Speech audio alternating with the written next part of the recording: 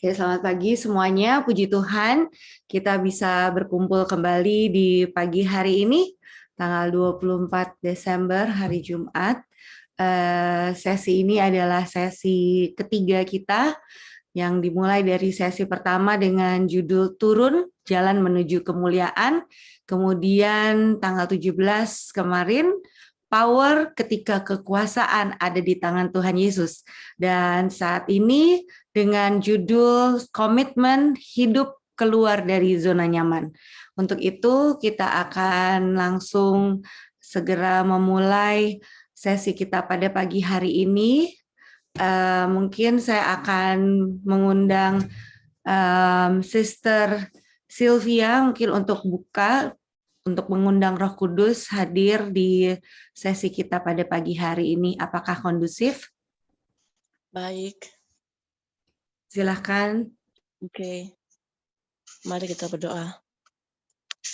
Bapa kami yang bertak dalam kerajaan surga, bersyukur dan berterima kasih ya Tuhan, karena Engkau telah bangunkan kami semua dengan tubuh yang sehat, sehingga kami bisa berkumpul bersama Tuhan, untuk mendengarkan perkabaran yang sangat luar biasa dari Pendeta Gary. Bapa di surga, yang Kau mengirimkan kuasa Roh Kudus, buat Pendeta Gary Takarya Tuhan, sehingga beliau bisa menyampaikan perkabaran firman Tuhan, dan kami yang mendengarkan juga Tuhan bisa mengerti dengan baik. Indah doa kami Tuhan, sempurnakan yang kurang, kami alaskan doa ini dalam nama Yesus selamat kami. Amin. Amin.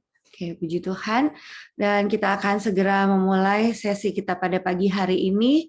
Hendaknya 19 nama yang ada pada Zoom, partisipan pagi hari ini boleh terus berdoa untuk koneksi dari khususnya Pendeta Gary dan juga untuk orang-orang yang sudah kita doakan agar supaya dengan panggilan Roh Kudus mereka boleh mengingat dan segera bergabung pagi hari ini. Silakan Pendeta Gary.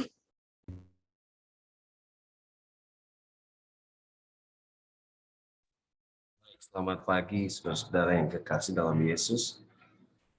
Senang rasanya bisa bertemu saudara lagi untuk pertemuan yang ketiga pada seri pelajaran tentang mempelajari tabiat Yesus ketika dia ada di dunia ini. Kita sudah bertemu dari pertemuan yang pertama, bagaimana Yesus mengajarkan kita ketika kita ingin mendapatkan kemuliaan, maka satu-satunya jalan untuk melakukan itu adalah dengan turun meninggalkan segala kemegahan dan melakukan apa yang Yesus perintahkan. Turun dalam kerendahan hati. Kita juga sudah pelajari pelajaran yang kedua, bagaimana Yesus membantu kita, menolong kita untuk hidup menjadi pelayan bagi semua orang. Dan pagi ini kita akan belajar tentang Yesus meninggalkan zona nyaman. Mari kita sama-sama tunduk kepala, kita bersatu dalam doa. Maha besar Tuhan Allah Bapa kami di surga, pagi ini kami mau belajar tentang Yesus. Kami tidak akan mengerti jika Roh Kudus tidak menuntun kami, membuka pikiran kami, dan mengajarkan kami tentangnya. Itu sebabnya hadirlah di hati masing-masing kami, menuntun setiap firman yang disampaikan. Berdirilah Tuhan di depan dan sembunyikan hamba di belakang. Sehingga pekabaran ini datang dari Tuhan saja dan bukan kehendak dan pikiran hamba. Berkati setiap koneksi jaringan internet yang kami gunakan, dapat berjalan dengan lancar dan tidak ada gangguan apapun. Sekali lagi, Tuhan, kami mengundang Engkau untuk memenuhi pikiran kami. Buat kami mengerti apa maksud Tuhan dalam hidup kami melalui pelajaran tentang Yesus. Di dalam nama anak-Mu, Yesus Kristus, Juru Selamat dan Penebus kami berdoa. Amin. Baik, izinkan saya boleh berbagi screen.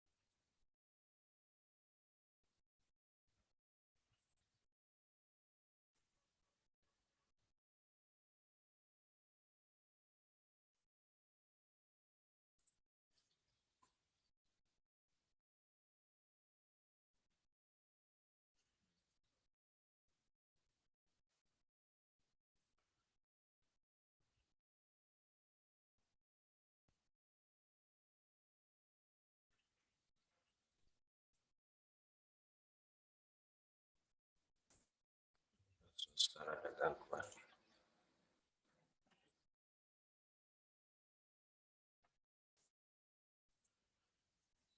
Oke.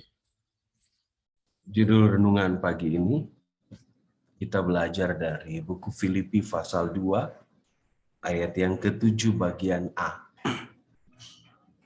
Pelajaran tentang Yesus Kristus yang ditulis oleh Rasul Paulus. Dan pelajaran ketiga judulnya komitmen. Hidup di luar zona nyaman. Ayatnya Filipi 2 ayat 7. Dia mengosongkan dirinya. Di dalam Alkitab, dari berbagai macam terjemahan, arti kata Yesus mengosongkan dirinya memiliki makna yang sangat luas. Dia bukan saja mengartikan dalam satu kata, tetapi dalam bahasa Yunani ini memiliki makna yang sangat luas. Yang pertama, arti dari he emptied himself, yaitu membuat dirinya kosong. Yesus membuat dirinya menjadi kosong. Yesus menghampakan dirinya. Yesus melepaskan semua posisi yang ia miliki. Yesus meninggalkan segalanya. Yesus menjadi tidak bereputasi dengan pilihannya ini.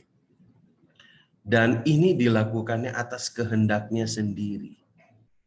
Ia menyerahkan semua yang dia miliki. Atas kehendaknya sendiri ia melepaskan dirinya dari kemuliaan. Dan dia mengosongkan dirinya dengan sukarela. Jadi kalimat ini dalam bahasa aslinya memiliki makna yang sangat jelas. Apa arti ia mengosongkan dirinya? Ketika Anda belajar tentang arti kata mengosongkan dirinya, maka Anda dan saya akan menyadari bagaimana malunya kita ketika kita melihat Yesus yang adalah Allah. Lalu dia meninggalkan semua yang dia miliki untuk menjadi sama dengan kita.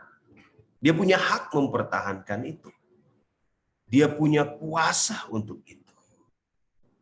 Namun dia mengosongkan dirinya. Dia melepaskan semuanya untuk menjadi sama seperti kita. Dalam buku dictionary, definisi nothing, ya, mengosongkan dirinya itu Yesus membuat dirinya nothing. Artinya bukan apa-apa. Artinya Yesus membuat dirinya bukan siapa-siapa. Bukan sesuatu yang penting atau layak dipikirkan. Berbeda dengan kita yang selalu mau diperhitungkan. Yesus mengajarkan kepada semua orang waktu dia jadi manusia, tidak perlu repot untuk memikirkan aku. Kalau dia tamu, pergi ke satu pesta, dia akan mengambil posisi untuk tidak perlu membuat dia menjadi fokus perhatian. Yesus tidak pernah menempatkan dirinya harus dinomorsatukan. Definisi nothing menurut kamus dikatakan dia tidak memiliki materi yang dapat dipakai untuk merebut banyak orang menjadi pengikutnya. Bahkan di definisi keempat dari nothing adalah dia menganggap dirinya nol. Anda bayangkan, Yesus menganggap dirinya nothing, mengosongkan dirinya. Dia menganggap dia itu nol. Kadang-kadang kita ingin menunjukkan kepada setiap orang dalam segala kelemahan kita, bahwa jangan anggap remeh saya. Tapi Yesus tidak. Ketika dia jadi manusia, dia menganggap dirinya bukan apa-apa. Ketika Yesus mengosongkan dirinya, bagi manusia yang hidup di dunia berdosa, ide ini sangat mengganggu. Apalagi kalau kita biasa memikirkan tentang martabat, tentang harkat, tentang ambisi. Nothing, atau bukan apa-apa, atau bukan siapa-siapa. Seperti sesuatu kalimat atau kata yang tidak begitu baik. Ya memang tidak ada yang baik tentang nothing. Tentang bukan siapa-siapa.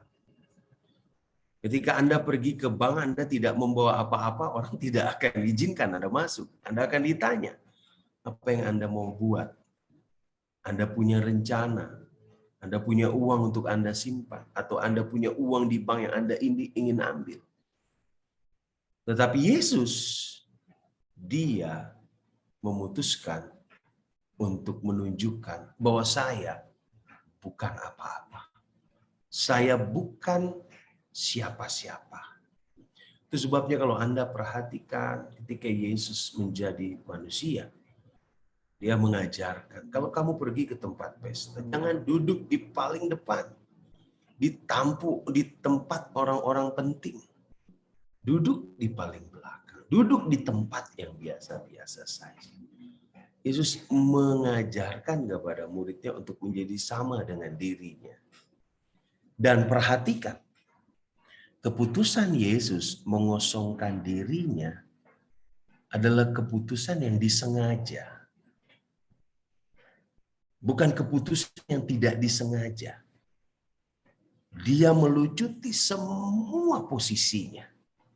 Semua hak dan kemampuannya. Itu adalah keputusan yang disengaja. Ya, Yesus sengaja melucutinya untuk tidak membawa apapun yang dia miliki sebagai haknya, sebagai Allah ketika dia jadi manusia. Dia punya hak dan keistimewaan dalam sifat ilahinya. Tetapi dia dengan sengaja menyeberangi jurang yang tidak pernah terpikirkan antara Allah dan manusia. Ketika Adam dan Hawa jatuh dalam dosa, ada jurang yang sangat jauh dan sangat dalam yang memisahkan Allah dari manusia. Jurang ini tidak ada yang bisa menjembataninya. Namun Yesus dengan sengaja menyeberangi itu, bahkan menjadi jembatan di jurang itu. Coba Anda ukur berapa jauhnya turun dari surga ke bumi dengan alat pengukur. Maka tidak ada alat yang tentunya kita akan dapat pakai untuk mengukurnya. Begitu tinggi, begitu jauh antara surga dan bumi. Jarak yang Yesus Kristus lakukan untuk turun tidak dapat diukur. Saudaraku, seringkali kita berpikir bahwa Allah itu terlalu jauh. Allah terlalu sibuk dengan aktivitasnya, memelihara setiap benda-benda ciptaannya. Dan kita seringkali berpikir, siapalah saya di dunia ini? Siapalah saya di antara jutaan orang yang saat ini sedang mengalami kesusahan? Siapalah saya sehingga Allah mau memperhatikan saya di antara jutaan orang yang saat ini mengalami sakit? Begitu jauh, tidak terukur dan tidak terhitung jaraknya. Bukan hanya jarak yang membuat begitu luar biasa perjalanan Yesus. Namun Yesus juga menurunkan martabatnya. Allah yang tidak terbatas, namun dia mau menjadi terbatas. Anda tahu, Yesus bisa berubah menjadi apapun sebelum dia lahir menjadi bayi di kandang domba. Yesus beberapa kali di dalam buku Perjanjian Lama membungkus dirinya yang kita sebut dengan teofani. Allah yang membungkus dirinya dan bertemu dengan Abraham. Sampai Abraham tawar-menawar dengan Allah agar Allah tidak membakar orang Sodom dan Gomora. Yesus pernah membungkus dirinya, membungkus kealahannya, namun dia bisa lepaskan lagi bungkusan itu waktu dia bergulat dengan Yakub di tepi sungai Yabok. Yesus pernah bertemu dengan para pemuka-pemuka kerajaan Medo Persia ketika mereka mencoba untuk melarang bangsa Israel pulang ke Yerusalem. Tetapi setelah Yesus membungkus dirinya, yang disebut dengan teofani, Yesus melepaskan itu semua dan kembali menjadi sama seperti Bapa secara ilahi. Tetapi Anda bayangkan ketika dia memilih menjadi bayi dan mengambil rupa seorang manusia, dia tidak bisa lepaskan lagi hal itu.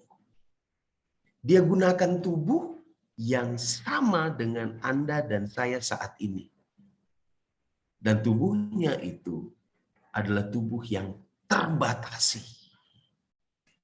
Anda bayangkan, bukan hanya jarak yang dia harus tinggalkan dari surga yang mulia ke dunia, tetapi dia harus turun yang tadinya pusat perhatian seluruh alam semesta. Wahyu 4 mengatakan, dia ada di tengah-tengah takhta surga. Semua malaikat, semua umat tebusan yang saat ini sudah ada di surga. Ada Henok, ada Elia, ada Musa, dan ada 21 orang lainnya yang tidak tertulis namanya, yang saat ini ada menjadi 24 tua-tua. Dari mana 21 orang itu? Nyonya White katakan, merekalah yang bangkit pada waktu Yesus disalib, dan selama 40 hari mereka bersama-sama Yesus mengelilingi Yerusalem dan sekitarnya.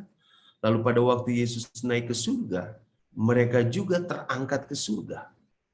Mereka adalah orang-orang kudus yang dibangkitkan waktu Yesus mati. Dan di surga, malaikat dan semua orang-orang yang ada di surga menyembah Dia siang dan malam. Dan Anda bayangkan, dari fokus penyembahan, dia turun menjadi hamba. Pencipta segala semua makhluk dan semua yang ada di dalamnya.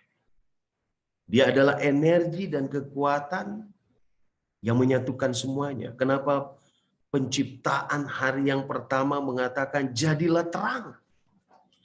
Dia adalah energi, terang itulah kuasa dari Allah untuk menggerakkan semua aktivitas dunia ini.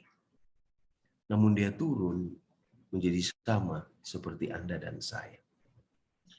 Anda perhatikan, dia tinggalkan kenyamanan hidup di surga untuk menjadi sama seperti manusia. Yesus bukan pembantu. Dia bukan asisten Allah. Dia adalah Allah. Dia bukan orang kedua yang kekal atau pewaris takhta yang akan pernah dihampakan.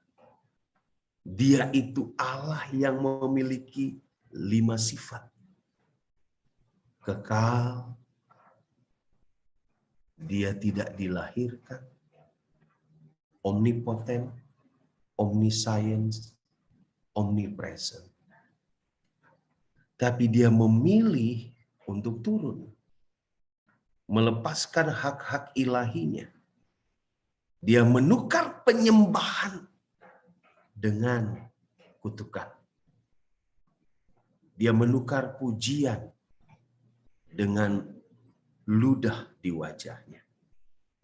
Bagian dari Trinitas yang kekal, yang mampu melakukan segala hal yang manusia tidak bisa lakukan. Dia hadir dalam setiap hal. Hari ini saat kita belajar, dia hadir bersama kita. Dan dia tahu bahkan isi hati kita yang kita tidak pernah katakan. Dia tahu. Namun ketika dia jadi manusia, dia menyerah pada batasan-batasan yang mengikat dari kedagingan. Anda bayangkan, dia tinggalkan zona kenyamanannya. Dari surga ke bumi, dari Allah ke manusia. Tapi itu masih tidak dapat mengukur keseluruhan dari tindakan Yesus Kristus yang memutuskan untuk turun lebih rendah lagi dari manusia. Dia bukan hanya menjadi manusia, dia menjadi hamba. Bahkan dia menghadapi salib. Yang semua orang menolak untuk memikulnya, bahkan menerima mati di sana. Tidak banyak orang yang mau dan bersedia mati di salib. Itu sebabnya inilah hukuman yang hanya diberikan kepada para penjahat. Namun Yesus menerima dan menghadapi salib. Yang kasar, yang kayunya terpecah-pecah dan menusuk ke dalam dagingnya. Dan kematiannya berdiri antara bumi dan langit. Dia digantung. Berlumuran darah. Dan dia menerima itu. Menerima sebagai kematiannya. Ketika dia mati, Anda perhatikan. Dia tidak seperti kita yang mati memakai jas. Memakai baju, gaun yang paling terbaik. Bahkan keluarga membeli baju, sarung tangan, sepatu, dan semua yang terbaik diberikan kepada keluarga yang meninggal. Bahkan di gereja ketika ada orang tidak mampu meninggal, maka gereja akan membeli pakaian atau busana yang dapat dikenakan kepada orang yang miskin itu supaya di dalam peti jenazahnya dia kelihatan begitu cantik atau begitu tampan. Tetapi Yesus, Anda bayangkan, ketika dia mati, dia hanya menggunakan secari kain yang menutupi auratnya. Dan hanya salib dan secari kain itulah yang dimilikinya. Dia diabaikan, dia dihancurkan, dia ditinggalkan manusia, dan juga ditinggalkan oleh Bapa yang di surga. Dia ditarik dari salib dan dikuburkan. Dan itu bukan kuburan dia. Itu adalah kuburan orang lain yang dipinjamkan kepadanya. Dia tidak punya rumah. Tidak pernah ada alamat Yesus di Alkitab, di buku Injil yang mencatat di mana dia tinggal. Dia tidak pernah punya tanah. Dia tidak pernah punya uang. Bahkan ketika pemuka agama mengklaim dia untuk membayar pajak, dia tidak punya dompet untuk menyimpan uangnya. Dia suruh Petrus mengail ikan di Danau Galilea. Dan ikan itu di dalam mulutnya, di dalam tubuhnya ada koin yang Yesus katakan, berikan itu menjadi pajak. Yang seharusnya dia tidak perlu bayar pajak. Karena dialah yang punya semuanya. Anda bayangkan. Dia yang ciptakan ikan, yang ciptakan dunia. Lalu dia diwajibkan membayar pajak. Dan dia tidak punya apa-apa. Bahkan ketika dia mati, dia tidak punya kerajaan untuk diwariskan kepada keturunan. Karena dia tidak punya keturunan. Dia punya hanya sedikit pengikut. Yang bahkan melarikan diri ketika dia ditangkap. Dari sudut pandang dunia, Yesus telah turun lebih rendah dari manusia. Dia meninggalkan zona nyamannya saat itu. Dia turun begitu rendah dari manusia. Tapi ada satu langkah ke bawah yang di mata surga Itu adalah jalan yang turun lebih dalam lagi dari semua yang Yesus lakukan. Saudaraku, tinggalkan surga menuju dunia sudah satu pengorbanan. Tinggalkan surga dan turun derajatnya sudah sebuah pengorbanan yang luar biasa. Tapi ini ada yang jauh lebih dari kedua hal sebelumnya. Apa itu? Dari yang tidak berdosa. Anda bayangkan, dia dibuat menjadi dosa. Sangat berbeda dengan kita. Yang pasti menolak ketiga-tiganya. Turun meninggalkan segala hal yang kita miliki akan tentu memerlukan ribuan alasan, ribuan pemikiran. Turun derajat akan sangat sulit dilakukan. Orang rela saling membunuh untuk mempertahankan martabatnya. Ini dari yang tidak bersalah harus menjadi bersalah.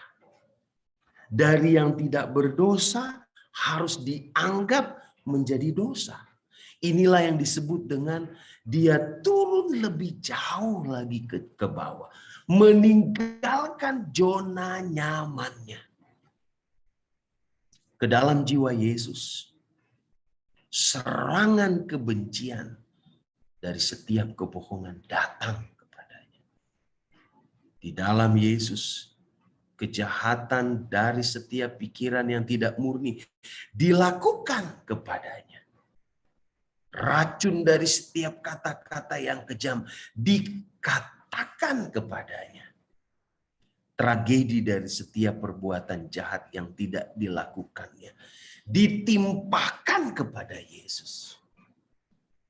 Dan Bapa dalam kekudusannya, dan bayangkan Bapa yang sama sepertinya harus menumpahkan amarah yang tadinya harusnya manusia dan saya serta Anda yang menerimanya. Tetapi Bapa harus mengalihkannya kepada Yesus, kepada putranya. Yesus terjun ke dalam lautan amarah murni dari Allah yang melawan akan dosa. Saudaraku, kita yang pantas mati. Tetapi Yesus turun untuk menggantikan posisi kita. Dari yang tidak berdosa harus menjadi dosa. Dia tidak buat dosa, tapi dia harus dianggap sebagai orang berdosa. Tidak ada orang yang mau dipersalahkan oleh karena perbuatan salah orang lain. Tidak ada orang yang mau menerima ketika dia tidak membuat satu pelanggaran, tapi dia dituduh untuk membuat sebuah pelanggaran. Tidak ada orang yang mau menerima fitnah. Itu sebabnya banyak orang berusaha untuk menunjukkan kepada orang lain bahwa saya tidak bersalah. Tetapi Yesus menerima semua itu dengan kesabaran. Ya, Yesus membuat dirinya menjadi nothing. Menjadi bukan apa-apa. Menjadi bukan siapa-siapa. Dia tidak pernah didorong. Dia tidak pernah diancam oleh dewan kealahan untuk menjadi manusia. Dia tidak pernah dipaksa. Dia turun bukan karena kejahatan yang dia sengaja dibuat di surga seperti Lucifer. Lucifer tadinya tinggal di surga, tapi dia dilempar. Yesus bukan seperti itu. Yesus turun adalah hasil dari komitmen yang teguh. Disengaja pada logika ilahi. Langkah demi langkah yang dia putuskan dengan sengaja. Dia memilih untuk bergerak dari puncak pencipta ke titik hina dari kematiannya di salib. Itu dia putuskan sengaja, saudara. Namun bukan untuk bunuh diri seperti pendapat manusia. Dia putuskan itu karena dia harus menyelamatkan Anda dan saya. Sejak dia meninggalkan surga, dia hanya memiliki satu arah tujuan. Satu jalan yang paling lurus. Apa itu?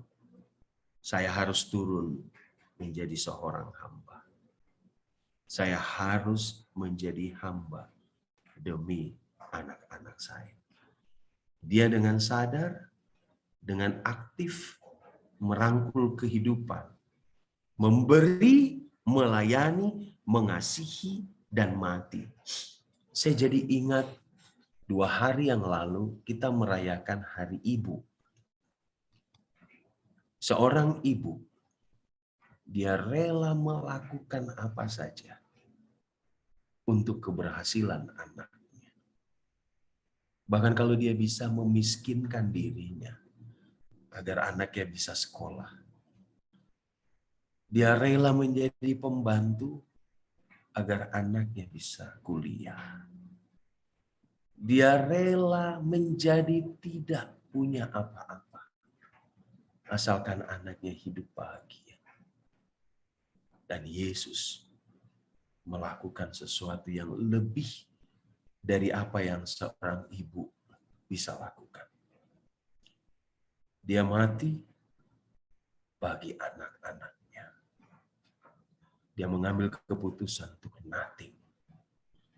Siapapun di antara kita yang pagi hari ini hadir dan merasa diri terbuang, merasa diri ditinggalkan, merasa diri dijolimi, diperlakukan dengan tidak wajar. Untuk Andalah Yesus datang. Dia memberi, dia melayani, dia mengasihi, bahkan dia mati untuk Anda. Apa yang dulu dan sekarang sangat sulit untuk diterima oleh para pengikut Yesus adalah bahwa kita dipanggil untuk melakukan hal yang sama seperti Yesus. Sampai saat ini begitu sulit kalau ditanya kepada Anda, maukah Anda turun derajatnya? Maukah Anda turun seperti Yesus, meninggalkan semua zona nyaman? Dari dulu sampai sekarang, semua orang akan sulit melakukannya. Tapi Yesus bilang, engkau harus menjadi nothing. Engkau harus menempatkan dirimu bukan apa-apa. Engkau harus menempatkan dirimu bukan siapa-siapa. Engkau harus mengikuti aku dengan menuruni tangga zona nyamanmu. Dengan sengaja, langkah demi langkah. Saudaraku, Yesus memilih menjadi hamba. Itu bukan terjadi begitu saja, tiba-tiba tidak. Tapi Yesus memilih langkah demi langkah. Dan Yesus minta kita semua yang pagi ini berani meninggalkan zona kenyamanan kita untuk menjadi berkat buat orang lain. Yesus minta kita untuk menjadi sama seperti Dia. Mau membuat diri kita nothing untuk orang lain. Jika ibu bikin itu untuk anaknya, Yesus minta kita bikin itu untuk orang lain, bahkan untuk orang yang menyakiti kita. Luar biasa. Kadang-kadang orang tua rela. Dia punya keinginan harus tertunda ketika anaknya meminta sesuatu kepadanya. Bahkan ketika yang dia miliki diambil daripadanya. Diambil daripadanya bukan dengan cara baik, bahkan dengan cara kasar. Bahkan orang tua akan katakan, tidak apa-apa. Biarkan aja. Yang penting dia bahagia. Dan Yesus melakukan itu untuk kita. Yesus minta kita harus menjadi sama seperti Dia. Yesus minta kita harus membuat keputusan yang aktif, saudaraku. Hari ini, Yesus minta kita mengambil keputusan dengan sengaja untuk menjadi hamba. Dari hari ke hari, Yesus minta kita turun seperti Yesus. Kita harus menggunakan logika Tuhan. Kita tidak bisa gunakan logika manusia. Meski terkadang menjadi hamba, itu menyakitkan. Kita harus percaya bahwa melangkah turun adalah jalan satu-satunya menuju kepada kemuliaan. Yesus minta buat kita hari ini. 2000 tahun yang lalu, Allah yang penuh kemuliaan itu turun menjadi bayi manusia yang terbatas. Logika manusia tidak dapat menerima hal itu. Tetapi Dia lakukan. Dan pagi ini Dia minta kepada kita semua yang hadir untuk melakukan hal yang sengaja. Menjadi nothing buat segalanya adalah sesuatu yang disengaja. Bukan pura-pura. Terkadang kita menjadi nothing supaya menerima pujian. Terkadang kita menjadi nothing supaya orang lihat bahwa kita adalah orang baik.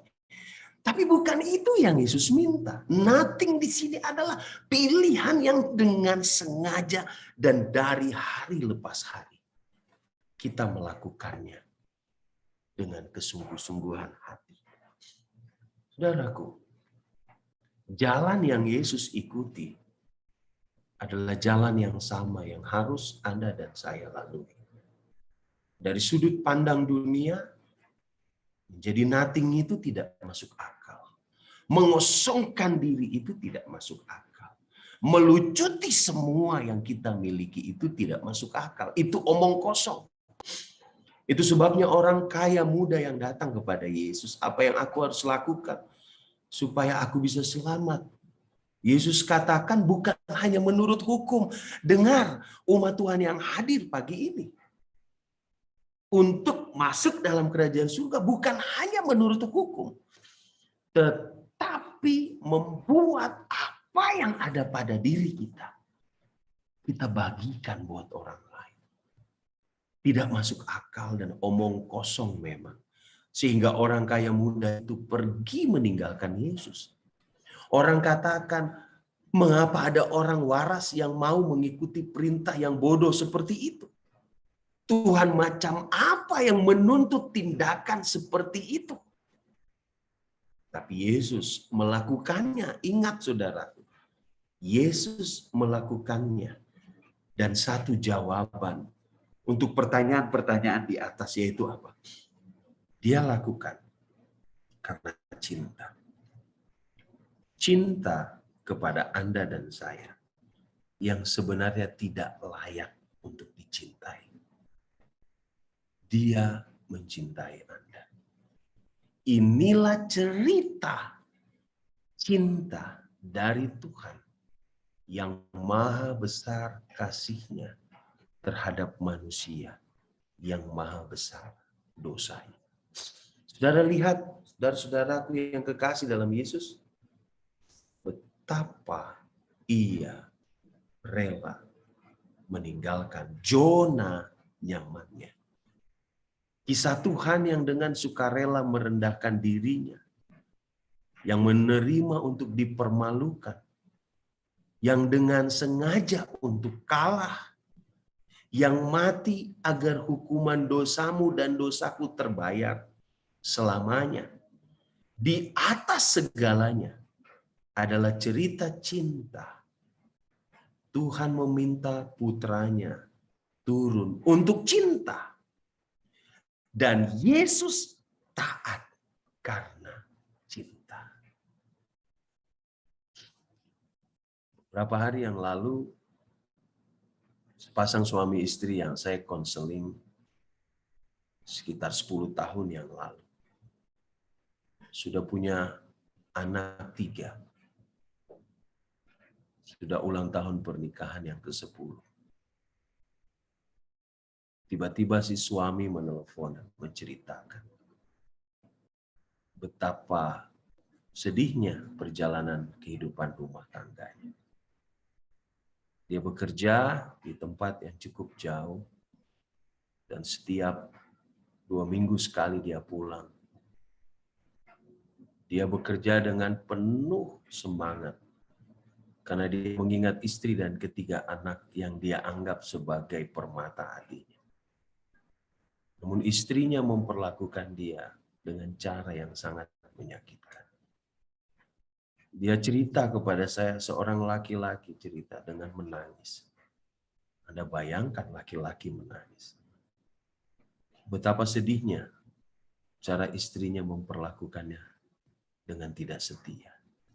Saat dia pergi bekerja dengan semangat, namun istrinya tidak melakukan hal yang setia kepadanya.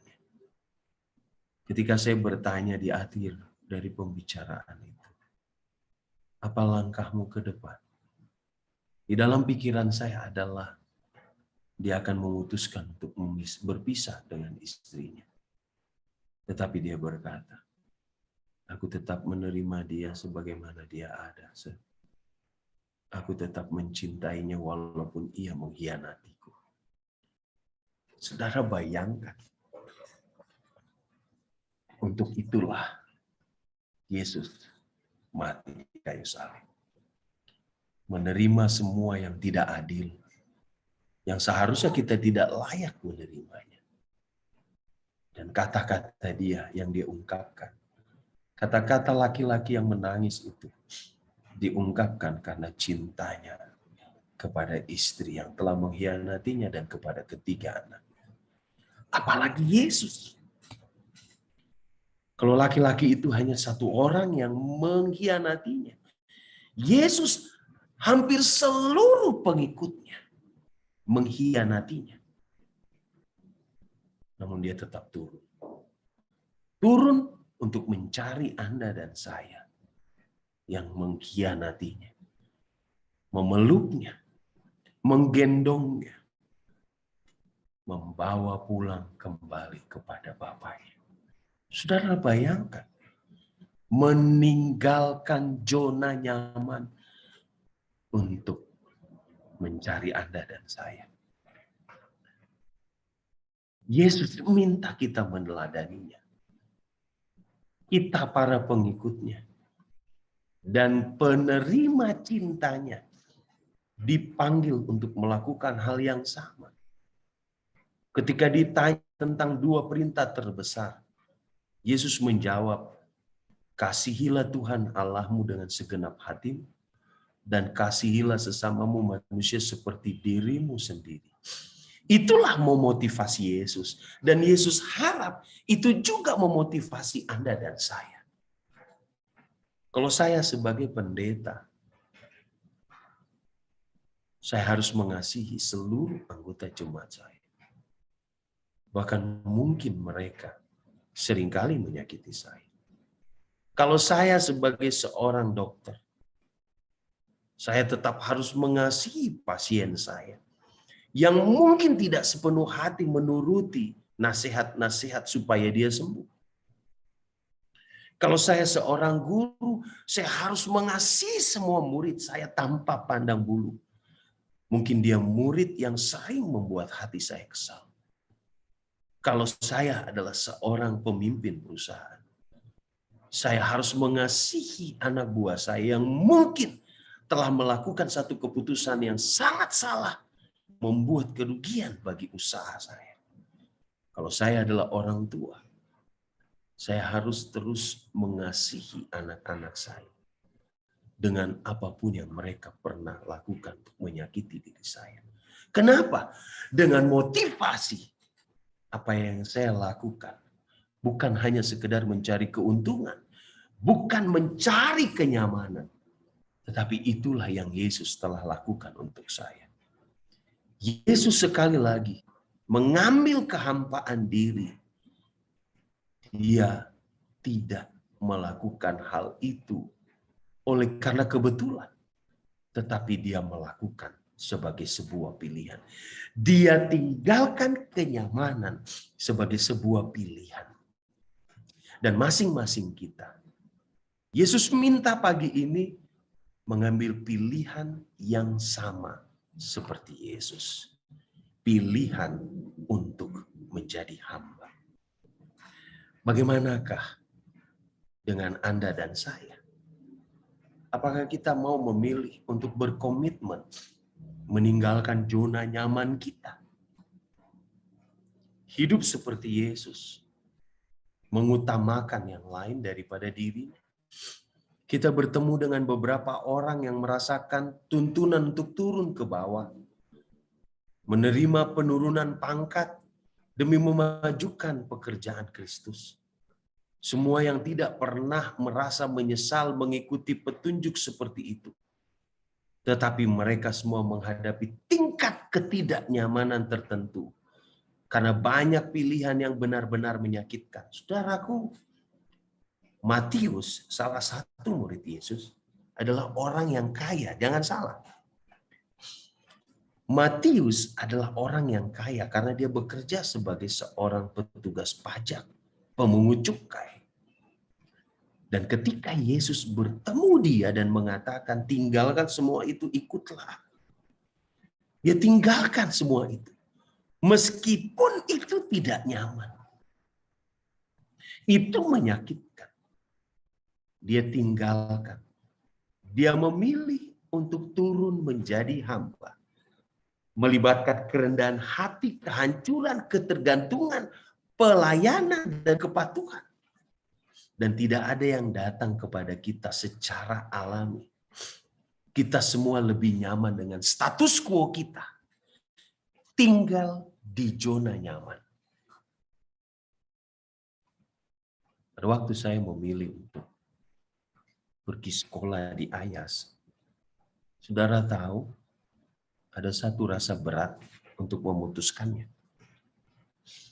Unai adalah tempat di mana banyak orang rindu untuk bekerja di sana. Unai memiliki rumah yang kita boleh tinggal dan kita boleh menikmati udara yang segar. Itu sebabnya saya bawa orang tua saya yang sudah tua, dari istri saya dan orang tua saya untuk tinggal dengan saya. Tempat yang begitu indah. Di dalam pikiran saya ketika saya datang ke Unai tahun 2006, bahwa saya akan selamanya di sana. Dan Tuhan pasti akan biarkan saya di sana sampai saya pensiun. Dan beberapa dosen mengatakan, pokoknya kalau kamu baik-baik dan aman-aman saja, kamu nggak akan pernah keluar dari Unai. Bukankah suatu tempat yang enak untuk terus tinggal di sana? Lalu ketika tawaran untuk pergi sekolah tanpa gaji, tanpa biaya apapun diberikan, saya berkata kepada Tuhan, kalau bisa dibatalkan, dibatalkan saja. Saya sampai hari-hari terakhir sebelum saya berangkat, saya masih tanya sama Tuhan, kalau boleh saya tetap di sini aja, saya tetap mengajar, walaupun saya tidak punya gelar doktor, tidak apa-apa Tuhan. Biarlah saya tetap ada di Unai yang nyaman. Tapi Tuhan berkata lain kepada saya. Tuhan katakan, kau harus pergi. Dan memang ketika kami datang ke Ayas, begitu luar biasa beratnya hidup itu. Meninggalkan zona nyaman adalah sesuatu yang sulit. Karena kita semua tinggal senang di status quo. Status di mana kita bisa dapatkan kenyamanan. Bahkan kalau kita memilih satu tempat untuk tempat tinggal, kita akan memilih tempat yang paling nyaman dan menguntungkan.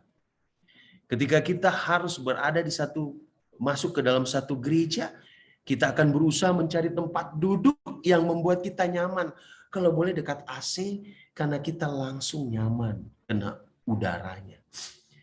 Kalau kita masuk dalam satu kendaraan, kita akan berpikir, saya akan cari tempat yang paling nyaman. Semua orang selalu pikirkan itu.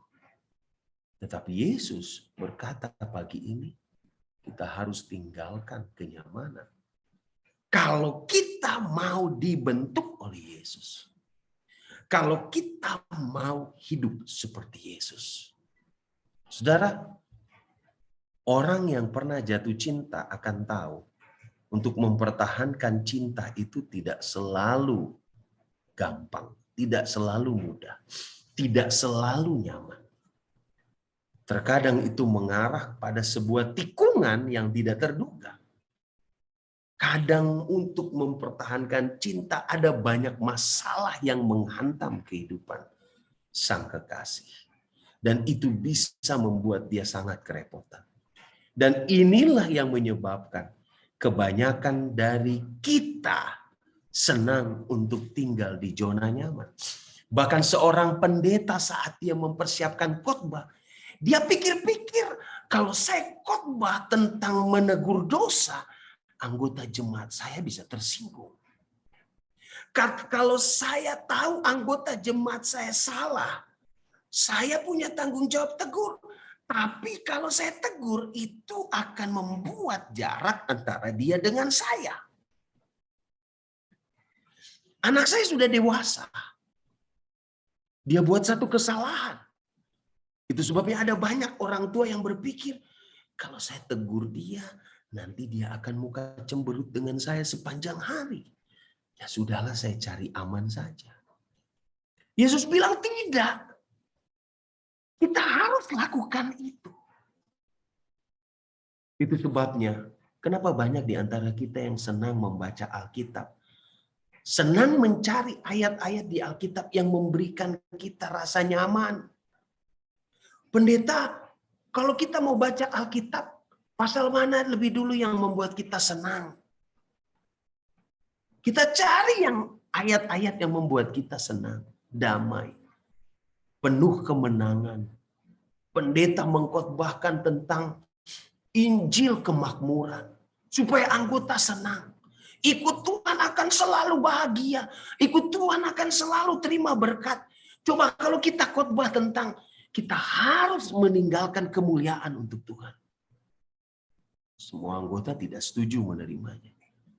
Kita cenderung mengabaikan, melunakkan bagian-bagian yang kita anggap terlalu menemplak diri kita, mengancam kenyamanan kita.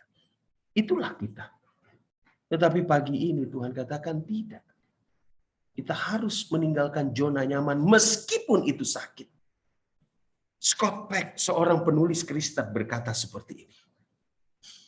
Orang akan berusaha keras untuk menghindari rasa sakit dan ketidaknyamanan. Udah pasti ya. Orang akan hindari. Dalam pernikahan, dalam mengasuh anak, dalam berbisnis, dan hampir setiap bidang kehidupan. Setiap orang akan berusaha untuk menghindari rasa sakit dan ketidaknyamanan. Alih-alih menangani masalah secara langsung, seringkali seseorang mengabaikannya atau mengalihkan energi mereka ke tempat lain. Ada orang sakit karena kesalahannya. Dialah yang membuat sakit itu.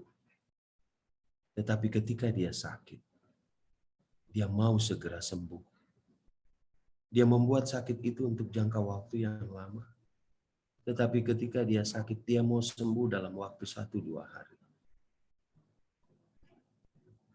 Ada orang susah karena dia yang buat susah itu. Dan ketika dia menghadapi kesusahan, dia langsung maunya enak dengan cara instan. Hal yang sama terjadi seperti bangsa Israel. Ketika keluar dari tanah Mesir 430 tahun, hidup menjadi sama seperti orang Mesir. Dan ketika mereka mau pergi ke tanah Kanaan, tanah yang penuh kemakmuran. Mereka mau jalan yang instan. Tanpa menghadapi berbagai hal yang mengikis mereka punya kekasaran. Itu yang sering kita katakan. Itu yang sering kita pikirkan. Dan Scott mengatakan lebih lanjut. Alih-alih menangani masalah secara langsung, orang sering mengabaikannya atau mengalihkan energi mereka ke tempat lain. Dan menciptakan citra kedamaian dan kenyamanan yang cukup meyakinkan. Saudara dengarkan kalimat selanjutnya. Tetapi kedamaian itu bohong. Dan kenyamanan itu mahal harganya.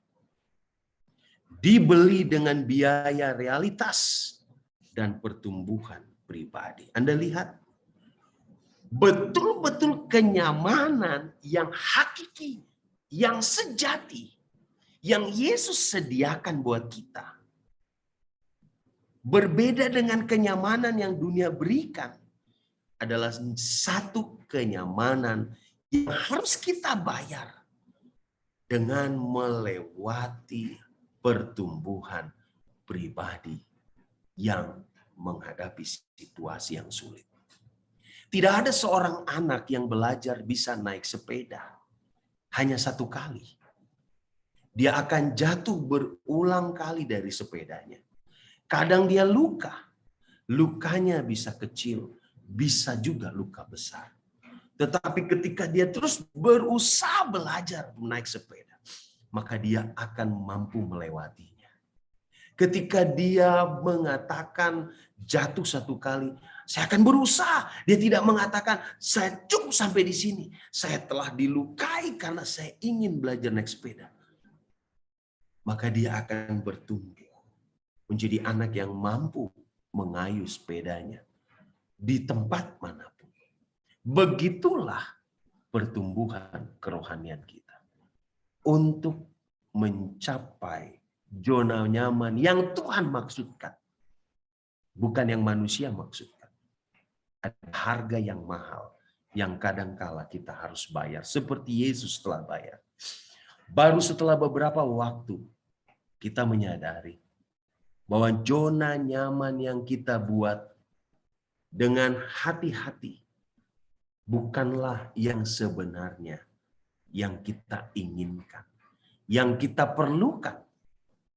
Tidak adanya rasa sakit, tidak mengarah pada pemenuhan, pada kenyataannya, itu sering bekerja berlawanan. Lihat saudaraku, Tuhan sengaja izinkan Israel harus berputar untuk membentuk rohani mereka. Tuhan izinkan kita menghadapi rasa sakit untuk membentuk penyerahan kita sepenuhnya kepada Tuhan. Tuhan izinkan Ayub untuk berada di titik dasar yang paling bawah. Untuk membuktikan kepada Ayub bahwa Allah di atas segalanya. Allah mengizinkan kita meninggalkan zona nyaman kita yang penuh dengan kesakitan. Adalah untuk membentuk pertumbuhan rohani kita. Untuk kemajuan karakter kita. Anda tahu, saudara-saudara yang ikuti Zoom ini, Anda harus ingat bahwa apa yang kita kejar hari ini, tidak ada satupun yang kita bawa kalau kita mati. Saya ulangi, saya sedang pergi ke Ayas untuk mendapatkan gelar doktor. Tetapi ketika saya mati, gelar itu tidak terpakai. Banyak di antara manusia yang mengejar materi, mengejar popularitas, mengejar kesenangan dunia. Namun saat mereka mati, apa yang mereka kejar tidak ada satupun yang mereka akan bawa. Tetapi Allah memindahkan kita dari zona nyaman untuk pergi ke zona tidak nyaman. Kita harus bertumbuh melewati rasa sakit. adalah untuk membentuk karakter kita. Apakah yang kita bawa satu-satunya dalam diri kita saat kita mati pada waktu kita bertemu Tuhan, waktu Yesus datang?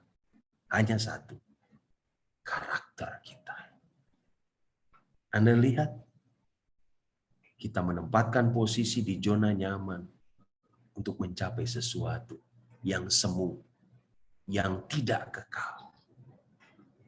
Kita berusaha meninggalkan semua ketidaknyamanan hanyalah untuk mengejar ambisi kita yang tidak pernah membawa kepada keselamatan. Tetapi kadangkala Yesus harus izinkan kita melewati rasa sakit. Dan kita harus bisa mengosongkan diri seperti Yesus. Dengan satu tujuan. Agar kita memiliki karakter seperti Yesus. Saudaraku, untuk hidup mencapai karakter seperti Yesus bukan jalan yang mudah. Seorang atlet berkata, tidak ada sakit, maka kita tidak akan menang. Seorang pengusaha berkata, tidak ada keberanian, maka tidak ada pencapaian.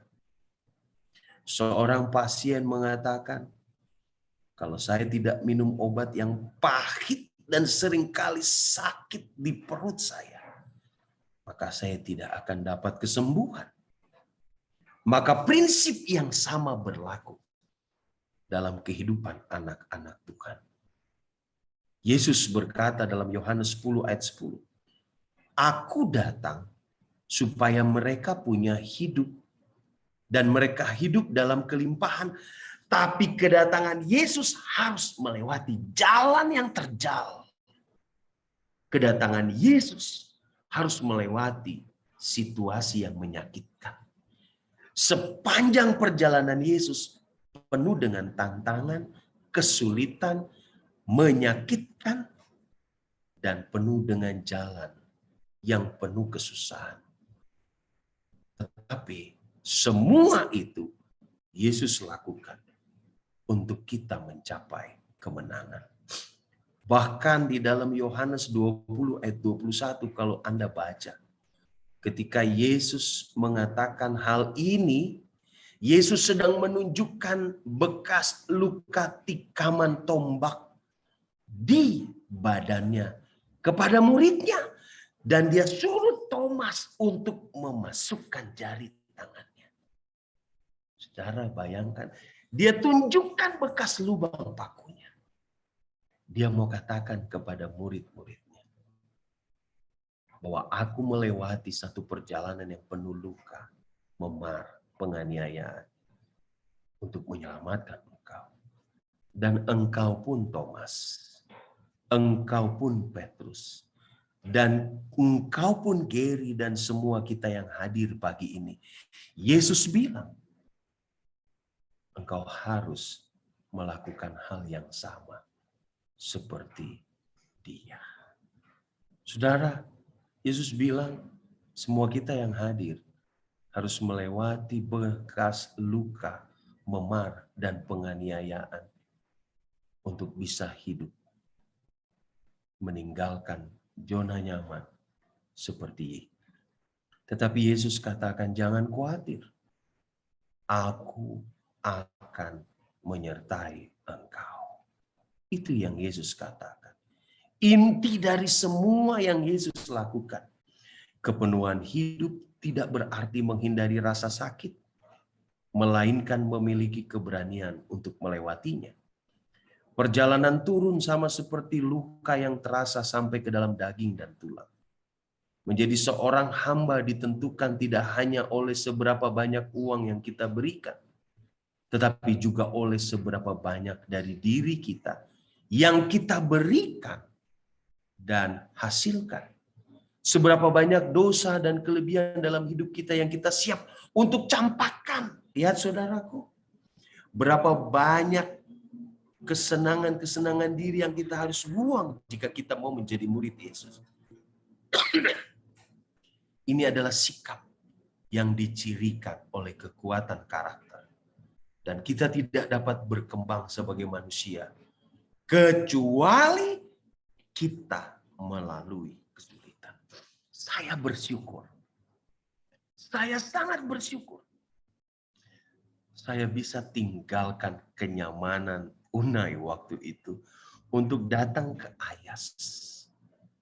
Kerja keras, banting tulang. Anda bayangkan ketika saya tiba di Ayas, saya tidak pernah pikul-pikul barang belanjaan dalam jumlah yang berat dan dalam jumlah yang banyak. Jalan kaki, saudara. Awalnya jalan kaki sekian 1 kilo lebih hanya untuk dapat kendaraan umum. Memikul barang, dipikul di atas seperti kuli pikulan di pelabuhan Tanjung Priuk.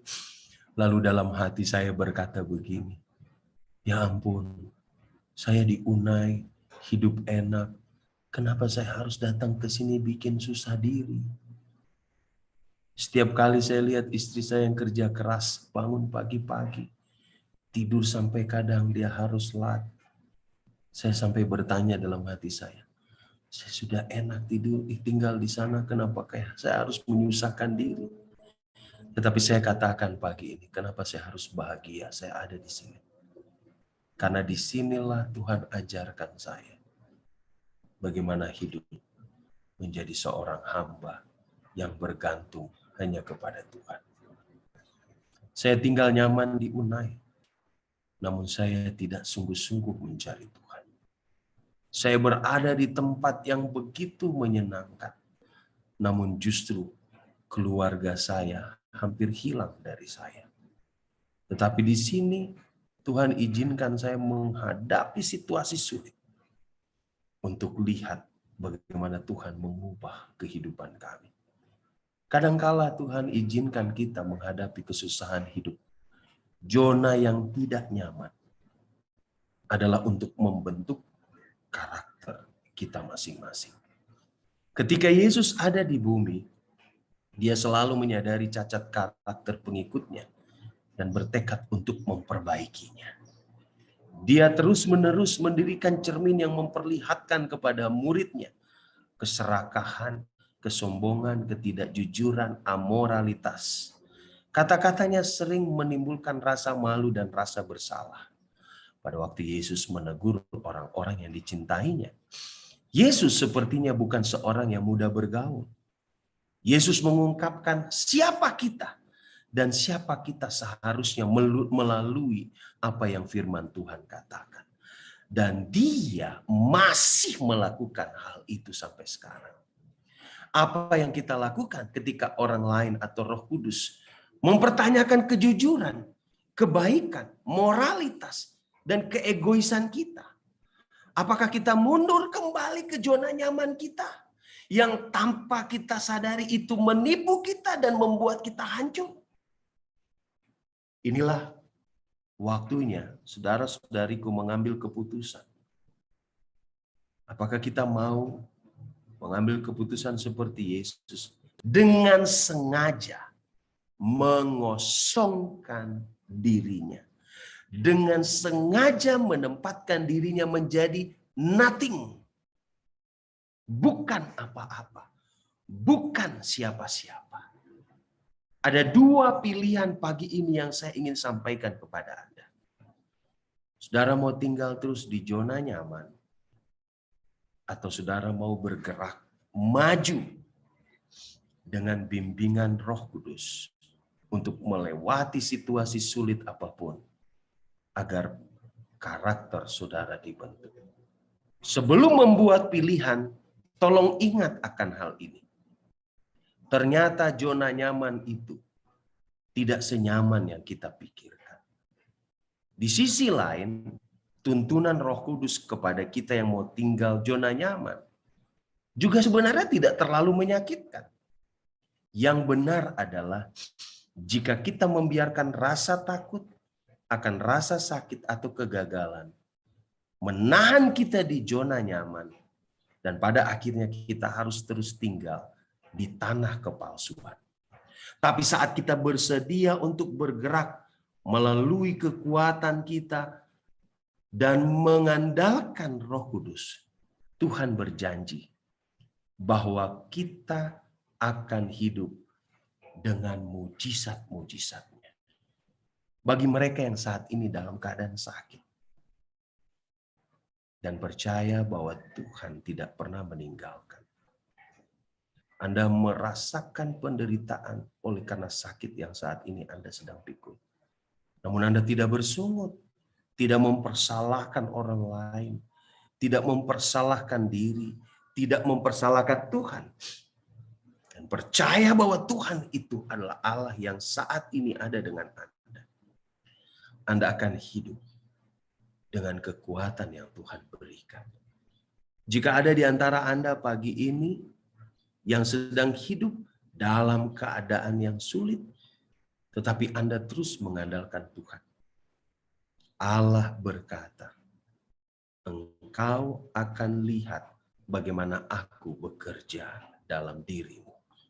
Engkau akan lihat hal-hal yang tidak terduga dalam kehidupanmu ketika Roh Kudus menuntun engkau untuk melangkah keluar dari zona nyaman dan menuju jalan menuju kemuliaan.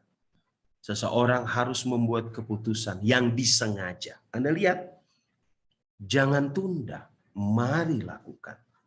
Setiap hari Roh mengundang Anda untuk mengikuti jalan menjadi hamba. Ketika Anda melihat sahabat Anda perlu dorongan, Anda mampu untuk lakukan. Datang kepadanya, doakan dia. Setiap hari Kristus meminta kita untuk melayani. Layani keluargamu, hai ayah, hai ibu yang hadir pagi hari ini, hai kakak atau adik, layani adikmu, layani kakakmu, layani anak-anakmu, layani tetanggamu. Itu yang Ia minta. Allah minta kita mengeluarkan dan memberi apa yang kita bisa berikan kepada orang lain. Walaupun situasi pandemik ini begitu sulit. Allah minta kita untuk memberikan apa yang kita miliki untuk orang lain. Allah minta kepada kita untuk mengampuni orang yang telah menyakiti kita. Allah minta kita lakukan. Namun Allah tidak pernah meninggalkan dia. Roh Kudus akan membantu kita untuk mengesampingkan keinginan egois kita. Membuat diri kita tidak nyaman untuk melangkah keluar dari zona nyaman. Namun dia akan terus ada bersama kita. Kita hanya bisa belajar bagaimana bergerak maju dalam menghadapi kesedihan. Dengan bertindak, bukan hanya dengan duduk diam di tempat nyaman. Tuhan mau kita bertindak. Meninggalkan zona nyaman kita yang tidak masuk akal itu. Begitu kita bergerak, begitu kita mulai mengambil langkah menjadi hamba, kita akan menemukan sukacita karena menyerahkan diri kita kepada kehendak dan perlindungan Tuhan. Kita menemukan ada kepuasan dalam mencintai orang lain. Kehidupan di zona nyaman yang kita rencanakan ternyata benar-benar membosankan. Benar-benar penuh dengan kebosanan. Dibandingkan dengan petualangan hebat yang Tuhan sediakan untuk kita. Tuhan memberkati kita. Saya bawa di dalam nama Yesus Kristus. Amin. Saya akan kirim bahan ini supaya saudara bisa memilikinya. Oke, amin pendeta. Komitmen ya, hidup keluar dari zona nyaman. Dari tadi pasti kita semua berusaha juga untuk memohon dan juga merespons ya Roh Kudus sambil mendengarkan apa yang sedang disampaikan firman Tuhan dan bagaimana mengaplikasikannya dalam kehidupan kita sehari-hari ya. Mungkin ada yang mau merespons walaupun waktu sudah jam 5 lewat. Masih boleh kami berikan kesempatan bagi yang ingin merespons ataupun juga ingin bertanya mungkin? Silahkan.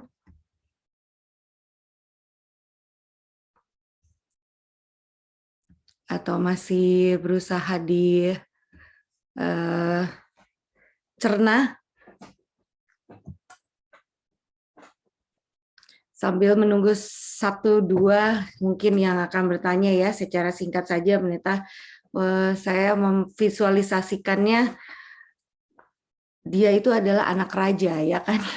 Raja itu kalau dipikir, apalagi dia raja yang memiliki alam semesta ini ya, betapa dia punya hak, gitu, punya hak. Sementara dia memilih untuk menjadi hamba, yang mana sebenarnya kalau hamba itu kan kita tidak punya hak ya, kita hanya mengikuti apa yang bisa dibilang master kita ya, kita tidak boleh memiliki 2 master juga. Ini sulit loh Pendeta sebenarnya di dalam mengaplikasikannya, dan saya pribadi berpikir ini juga mungkin dari posisi orang tua ya, jadi kita juga perlu mengajarkan anak-anak kita dari sedini mungkin, melatih mereka untuk bisa karena sebagai orang tua seringkali kan kita ingin memenuhi apa yang anak kita ini perlukan. Kalau perlu tidak perlu melewati hal yang terlalu sulit seperti itu. Sementara dari pekabaran pagi hari ini dan kita yang sudah dewasa itu tidak mudah gitu. Ini benar-benar saya pribadi melihat, waduh, ini jalannya bertolak belakang banget ya. Yang diajarkan, maksudnya yang kita ini hidup di dunia, tapi kita punya hal yang kita mau pulang ke surga gitu. Kita mau pulang ke rumah Bapa gitu. Jadi it's a lifetime training ya. Gimana itu Pendeta, maksudnya step awal dulu deh, step awal gitu. Satu hal yang saya pelajari waktu saya masih kecil, ketika saya masih tidur nyenyak, lalu mama saya siul ya, mami saya kalau panggil anak-anaknya dengan siul. Dan semua kita harus bangun, tidak boleh ada yang tetap tidur. Harus bangun dan duduk bersama di pagi hari untuk worship. Padahal itu rasa nyaman-nyamannya untuk tidur. Bahkan saat kita sembahyang, mama saya selalu katakan, tidak boleh tidur, buka matamu. Kadang-kadang kakak saya, abang saya suka ngantuknya udah nggak tahan, dia tidur. Maka mama saya akan marah besar. Dulu waktu saya kecil, kadang-kadang saya katakan gini dalam hati saya. Kenapalah mami harus bikin susah kita dengan hal-hal yang membuat kita tidak nyaman. Lalu mama saya suka mengajar kami bekerja. Semua harus tahu bekerja. Semua harus tahu melakukan tugasnya. Kadang-kadang kita berpikir sebagai anak, kami maunya enak, kami maunya bermain. Tidak ada halangan, tidak ada hambatan. Tapi sebelum kami bermain harus ada pekerjaan harus dilakukan. Kadang-kadang saya berpikir ini membuat kebahagiaan kami menjadi susah, membuat hidup kami menjadi ribet. Tetapi setelah saya besar, baru saya sadar, seandainya ibu saya tidak mengajarkan saya untuk kerja, maka saya menjadi seorang anak yang tidak tahu bekerja sampai hari ini. Saya menjadi seorang anak yang mungkin tidak tahu artinya tanggung jawab. Nah, kadangkala orang tua berpikir, janganlah kamu kerja, nak. Nah, cukuplah papa mama dulu susah. Papa mama dulu susah, pokoknya kamu yang penting sekarang tahunya sekolah, makan, tidur, belajar. Itu saja. Kadang-kadang kita berpikir itu bagus. Tetapi betapa salahnya kita, karena dengan bekerja, kelihatannya sulit, kelihatannya berat, mengambil waktu main, tetapi ternyata itu membentuk karakter dan mengajarkan mereka untuk artinya bertanggung jawab. Saya lihat hal itu sangat jelas, Mira, ketika saya jadi kepala asrama. Saya bisa melihat bagaimana anak-anak yang di rumah dididik orang tuanya bekerja dengan mereka yang tidak dididik orang tuanya untuk bekerja. Saya suka melihat anak-anak muda yang selalu segala sesuatu orang tua yang lakukan. Bahkan mendaftar saja ditemani orang tua. Sampai pada akhirnya, dia sampai akhir semester di Unai, Artinya dia sudah tingkat 4, dia masih mengharapkan orang tuanya untuk menemani dia mendaftar. Dan betapa sedihnya orang-orang yang seperti itu, yang manja, yang harus dengan orang tua, ketika menghadapi situasi dunia pekerjaan yang nyata, mereka takut, mereka ragu ketika harus berhadapan sendirian dengan seorang yang akan menginterview mereka. Kenapa? Karena mereka selalu diajar bergantung kepada orang tua. Sebenarnya meninggalkan zona nyaman, membiarkan hidup sedikit stres, itu akan membantu anak-anak kita berkembang. Seperti itulah yang Bapa inginkan ketika Bapa mengizinkan Israel harus melewati 40 tahun perjalanan untuk tiba di tanah Kanaan. Dan hal yang sama juga, kita yang hidup saat ini, saudara-saudara, menjelang kedatangan Yesus, Allah mengizinkan kita tidak melewati yang instan untuk menjadi anak Allah. Allah izinkan kita harus melewati situasi yang tidak nyaman. Namun jangan lupa, semuanya itu untuk kebaikan kita. Semuanya adalah untuk kebaikan kita. Itu mungkin yang saya bisa tambahkan. Mira. Oke, Pendeta. Miranda, Tante mau nanya nih, Pendeta, saya mau nanya. Silakan Tante Ceni. Silakan. Oke, silakan Pak. Kayak seperti kita di tempat Pondok Indah, kayaknya udah terlalu nyaman kita di gereja nih. Bagaimana nih supaya kita keluar dari zona aman di Pondok Indah? Makasih Pendeta, karena kita di Pondok Indah di TTPI kayaknya sudah terlalu aman, sudah terlalu zona aman kan Miranda kita. Oke, makasih. Terima kasih Tante Jenny. Sebenarnya kekristenan yang baik adalah kita keluar dari ibadah menjadi seorang yang menghidupkan firman yang dikhotbahkan. Kita seringkali nyaman setiap Rabu malam, setiap Sabat datang ke gereja. Tapi siapa kita ketika kita keluar dari gereja? Apakah kita mempraktekkan firman yang disampaikan? Ketika kita menginjil, sebenarnya kita sedang meninggalkan zona nyaman. Tapi orang takut menginjil. Yang pertama, orang pikir kalau kita menginjil, kita sedang menyinggung hati orang lain. Ketika kita memperkenalkan Yesus, kita takut. Kita malu. Seolah-olah itu menurunkan harga diri kita. Padahal tidak. Itu hal yang penting yang Yesus minta. Karena keselamatan, kenal Yesus, tidak boleh hanya menjadi bagian kita dan orang sekitar kita tidak tahu. Jadi Tante Jenny, yang dimaksud dengan meninggalkan zona nyaman adalah, maukah jemaat TTPI selesai khotbah, pergi keluar dari gereja, bertemu dengan orang-orang yang belum mengenal kebenaran, yang ada banyak di banyak tempat hidup, dan melayani mereka dengan sepenuh hati. Ada banyak orang berada dalam zona ketidakmampuan, berada di tempat-tempat susah yang kita mampu, kita bisa lihat. Bukan sekedar memberikan uang saja, kehadiran kita di sana. Ada banyak orang yang saat ini di penjara yang membutuhkan perhatian kita, yang bukan sekedar saja mengantar makanan, tetapi menempatkan diri kita di dalam segala kesusahan mereka. Ada banyak hal yang kita perlu lakukan untuk meninggalkan zona nyaman, bukan sekedar di bawah tempat gereja yang indah, tetapi kita keluar dari hari Minggu sampai hari Jumat untuk menjadi seperti Yesus bagi keluarga kita, bagi tetangga kita, bagi tempat kita bekerja, bagi lingkungan tempat kita tinggal. Itu yang dimaksud Tante Jenny. Adakah kita mau meninggalkan zona nyaman kita? Kadang-kadang kita seperti seorang Kristen yang tinggal di tempat eksklusif, yang tidak mengenal tetangga kita, yang tidak mau bergaul dengan sesama kita, yang tidak mau meluangkan waktu untuk mendengar orang lain yang mau cerita tentang masalah hidupnya. Kita terlalu sibuk dengan aktivitas kita, dan kita lupa untuk menjangkau. Yesus bilang, Aku mencari domba-dombaku yang hilang. Aku cari. Itu tindakan sengaja. Aku cari. Aku meninggalkan yang 99 dan aku cari domba itu. Yesus pergi meninggalkan kenyamanannya. Dia bisa tidur ketika masih ada 99 domba. Tapi Yesus pergi mencari yang satu dan membawanya pulang. Waktu mencari yang satu, itu repot. Itu susah.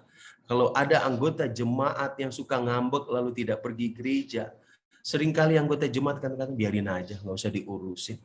Kalau ada orang yang kecewa lalu tidak lagi pernah hadir di gereja, kita seringkali mari kita doakan. Aduh kasihan.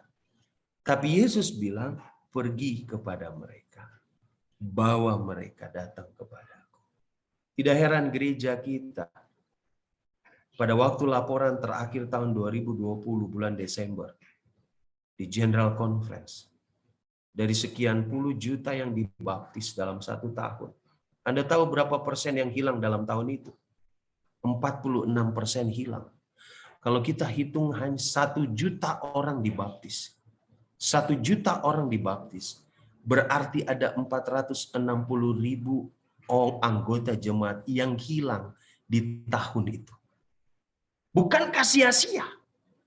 Kenapa bisa hilang? Setelah diteliti bahwa nurturing, perawatan domba-domba yang ada di gereja sangat kurang. Kita mengatur strategi untuk buat KKR, menarik banyak jiwa. Kita sambut, kita beli kado waktu seorang dibaptis. Tetapi merawat mereka yang ada di dalam seringkali kita lupakan. Dan itu yang membuat kita harus tinggalkan zona nyaman kita untuk bekerja lebih keras lagi mempertahankan jiwa-jiwa. Saya pikir itulah salah satu contoh Ibu Jenny dan Mira. Terima kasih Pendeta. Sama-sama. Oke, Pendeta, begini, kita sebenarnya sudah injury time, tapi saya ada japrian nih Pendeta ya. Mungkin ini perlu memang kita di dalam mencerna kata nyaman ini nih ya Pendeta. Apalagi kalau ini karena tadi menyinggung konteks dalam berjemaat gitu. Ini ada yang bertanya, kalau di gereja itu bukannya harus memang nyaman. Kalau tidak nyaman, nggak ada yang mau datang. Gimana ini jadinya gitu. Jadi mungkin ini persepsi mengenai kenyamanan ini ya Pendeta ya. Baik. Konteksnya gimana persepsinya? Baik, saya mau katakan kepada Anda, tidak ada yang salah ketika Anda punya gereja yang nyaman. Tetapi yang salah adalah ketika seluruh pendeta, majelis, dan anggota jemaat yang sudah terlalu nyaman datang kebaktian lalu lupa menginjil. Lupa menjangkau orang-orang susah. Lupa untuk pergi menjadi terang bagi seluruh umat manusia. Itu yang jadi masalah. Ya, itu yang jadi masalah. Saya terlalu nyaman di gereja sampai saya lupa tugas utama saya adalah menjadi terang bagi siapapun. Dan untuk menjadi terang itu tidak mudah. Tidak mudah untuk menjadi terang. Tetapi yang Tuhan minta adalah kita berani nggak tinggalkan kenyamanan kita dalam hal kehidupan yang selama ini seperti yang dunia inginkan. Untuk berubah dan mengambil jalan Yesus. Apa jalan Yesus? Mengosongkan dirinya. Menganggap dirinya tidak ada. Meninggalkan semua popularitas hanya untuk menjangkau orang yang dalam keadaan mati untuk mengenal Tuhan. Ya, Pendeta Pendi Sitohang menulis satu kalimat yang bagus. Seorang pendeta saat ini banyak yang sudah terlalu nyaman. Ya, juga terlalu nyaman dalam kebaktian. Dari rumah ibadah itu pun suka terlambat karena terlalu nyaman masuk ke Zoom. Dunia ini terlalu nyaman. Dan saya harus akui pendeta benar apa yang kita tuliskan. Ada banyak pendeta yang mencari zona nyaman. Semua mengejar tempat yang nyaman. semua mencari gereja yang kalau boleh sudah dapat gaji dari organisasi, tapi kalau boleh dapat juga berkat dari gereja. Semua senang kalau dapat itu. Kalau boleh mencari tempat yang paling nyaman, yang paling mudah terjangkau. Kadangkala kalau setiap hari Minggu, 1 minggu yang berlalu, ada daftar perlawatan. Saya ini sebagai seorang pendeta, saya ngomongnya. Pergi melawat itu kelihatannya enak. Kita pergi ke rumah orang. Tapi tahukah saudara, kadang-kadang itu pergumulan. Pergumulan untuk apa? Pergumulan untuk kita meninggalkan rumah kalau kita sudah terlalu nyaman. Tetapi seorang pendeta, dia akan pergi. Kalau perginya ke anggota yang kaya, kelihatannya enak. Tetapi kalau perginya ke anggota yang susah, itu bisa jadi sesuatu yang tidak menyenangkan. Saya jarang ditaruh di tempat besar. Saya selalu taruh di desa-desa dan di pegunungan pernah. Yang lebih banyak kita lakukan adalah kita yang lebih banyak memberi. Karena kasihan. Ada satu anggota, kalau kita datang, dia nggak makan. Tidak mungkin kita tidak kasih berkat buat dia. Tidak mungkin. Saya pendeta yang dusta kalau saya tidak sesuai dengan panggilan saya, kalau saya tinggalkan. Ada anggota jemaat saya sudah tua, tidak ada anak yang perhatikan dia. Tidak mungkin kami tidak perhatikan. Itulah yang sering terjadi.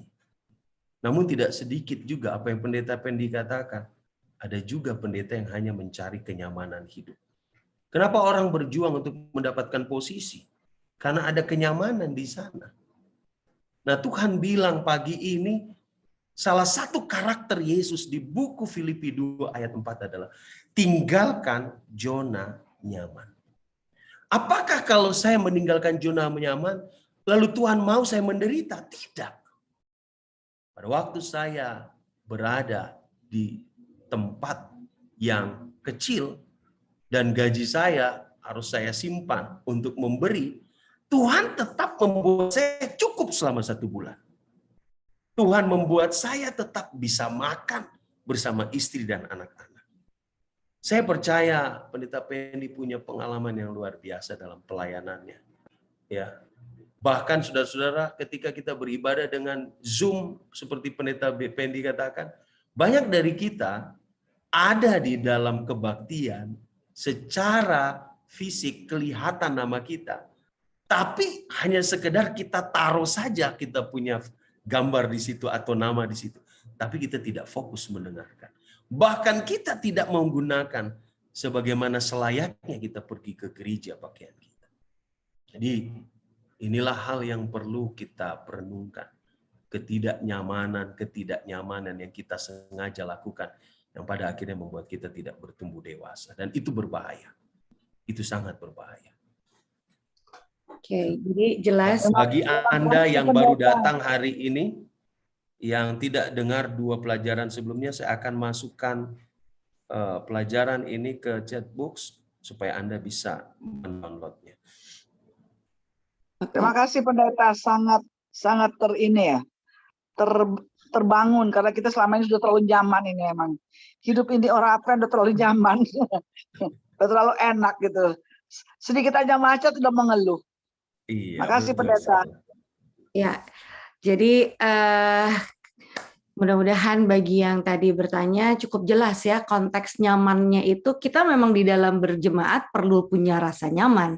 Tapi yang dimaksud keluar dari zona nyaman ini adalah untuk membawa terang, untuk membagikannya, mau melayani orang lain ya. Seperti Tuhan Yesus datang ke dunia ini bukan untuk dilayani, padahal dia raja, tapi untuk melayani.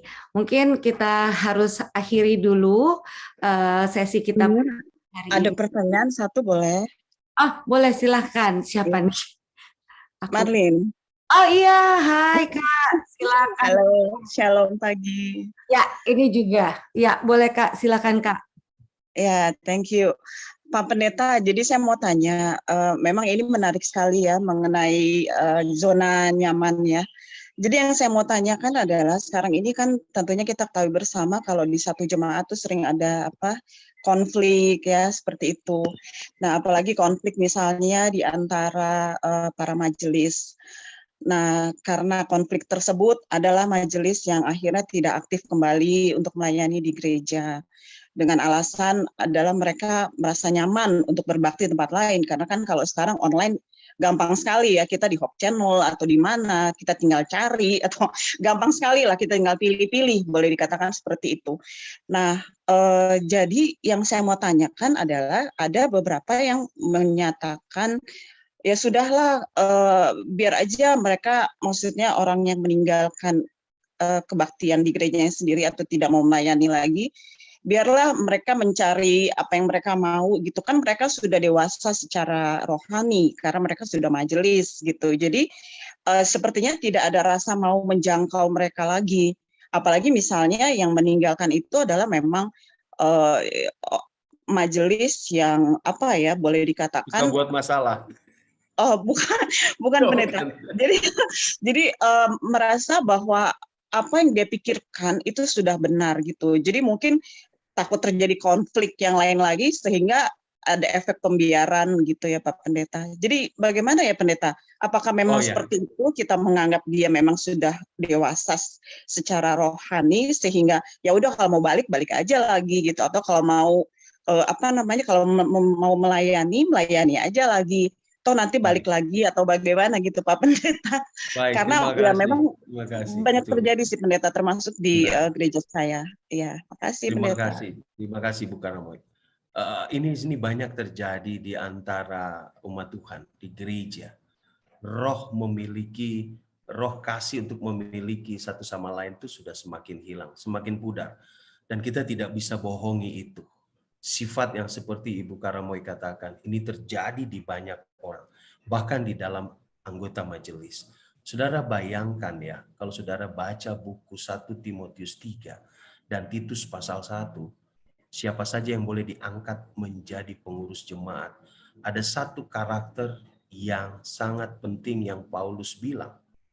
Karakter seorang pengurus jemaat adalah dia mau melayani dan dia adalah seorang yang betul-betul mengasihi jemaatnya. Jika saya seorang majelis, lalu ada satu anggota jemaat saya yang tidak hadir, lalu saya berpikir bahwa biarin aja, dia udah gede, nggak usah diurus, biarin aja. Biar dia sendiri yang ambil bagian, biar dia sendiri yang putuskan, dia mau di sini terus atau tidak. Nah, ini satu kesalahan. Kesalahannya kenapa? Karena Yesus, saya kasih contoh Yesus. Yesus punya 12 murid dan tidak kedua-12-nya itu seringkali menyakiti hatinya. Apalagi 2 nama yang paling sering yang Nyonya White sebut menjadi pusat perhatian Yesus, yaitu Petrus dan Yudas. Dan kalau Anda baca cerita hidupnya, dua-duanya inilah yang akhirnya mengkhianati Yesus. Tapi Roh Nubuat katakan untuk kedua orang inilah Yesus paling banyak memberikan perhatiannya. Yesus paling banyak memberikan perhatiannya. Kadangkala di gereja itu ada banyak orang yang punya sifat aneh, yang punya sifat unik. Dan seringkali orang yang unik itu kita malas untuk berkomunikasi dan kita malas untuk memperhatikan. Tetapi Yesus mengajarkan kita pagi ini meninggalkan zona nyaman kita untuk mencarinya. Kenapa Yesus taruh perumpamaan tentang mencari domba yang hilang? Mencari domba yang hilang mengajarkan kita, siapapun kita, bukan hanya majelis, anggota jemaat, mencari mereka yang sengaja kadang-kadang menghilangkan dirinya. Kita harus cari. Kadang-kadang itu bertentangan dengan isi hati kita. Tapi Ibu Karamoy, Yesus bilang kita harus cari. Dengan mencarinya, kita sedang melakukan apa yang Yesus katakan. Justru perhatikan baik-baik kalau kita bandingkan orang yang kita tidak cari itu dengan diri kita. Tahukah Anda kalau kita gunakan sifat yang sama seperti itu kepada Yesus? Kalau hari ini anggota majelis itu yang ngambek dan tidak lagi ke gereja. Coba tanyakan diri kita masing-masing. Berapa kali kita menyakiti hati Tuhan dan menjauh dari Tuhan? Dan coba bayangkan kalau Tuhan melakukan hal yang sama dengan cara berpikir kita. Oke, silakan kamu pergi, urusi dirimu. Kalau kamu sudah udah capek, balik lagi. Tidak. Justru untuk kita yang seringkali meninggalkan Yesus, di situ Yesus pergi dan mencarinya. Apa buktinya? Jemaat Laodikia adalah buktinya. Di mana jemaat yang merasa dirinya sudah sempurna, tapi justru Yesus pergi ke pintu hati mereka dan mengetuknya. Apa artinya? Yesus pergi mencari mereka. Jadi Ibu Karamoy dan kita semua yang hadir pagi ini, kita sering akan ketemu dengan orang seperti itu. Kita akan bertemu bukan hanya di gereja, di rumah kita ada orang yang seperti itu. Di pekerjaan kita ada orang yang seperti itu. Tapi pagi ini Tuhan minta sama kita, maukah kita meninggalkan zona nyaman kita dengan mengosongkan diri, menganggap siapalah kita nothing, bukan apa-apa, bukan siapa-siapa, untuk pergi menjangkau mereka. Itu yang Tuhan mau. Seandainya semua umat Tuhan bekerja mencari yang hilang, saya percaya laporan pimpinan gereja Masa Advent hari ke-7 di akhir tahun ini akan berbeda. Bayangkan dari 1 juta, ini contoh kasus. Karena 1 tahun itu yang dibaptis bukan puluhan juta. 46% hilang. Nah, Anda bayangkan kalau seandainya seluruh gereja, anggota jemaat, majelis jemaat memiliki sifat seperti Yesus. Saya percaya kita akan menurunkan jumlah orang yang keluar dari pintu belakang. Kita hanya pintar menjangkau mereka untuk masuk, tapi kita lupa menjaga mereka untuk tidak keluar. Kita harus ubah. Itu jawabannya mungkin Ibu Karam. Iya, Pendeta. Terima kasih banyak. Ini memang masukan yang sangat baik ya, karena banyak sih yang berpendapat seperti itu karena merasa mereka sudah dewasa secara rohani. Tapi ternyata kalau berpikiran seperti itu mereka belum dewasa juga secara rohani ya Pak Pendeta ya. Karena perlulah tetap dijangkau mereka supaya mereka tahu bahwa mereka juga punya tanggung jawab kan di dalam gereja. Bukan bukan seenaknya aja, kalau mau pergi mau datang gitu. Ya, Benar, terima kasih banyak ya Pak Pendeta. Ketika saya mencari yang hilang, tahukah Anda, saya sedang menjaga diri saya untuk tidak hilang. Anda mengerti kenapa Tuhan Yesus suruh kita cari yang hilang? Pada waktu kita cari yang hilang, saya sedang menjaga diri saya untuk tidak hilang. Bukankah itu hal penting untuk kita?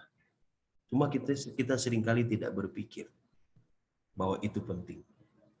Ya. Silakan Mira. Oke. Penting kita bisa tutup.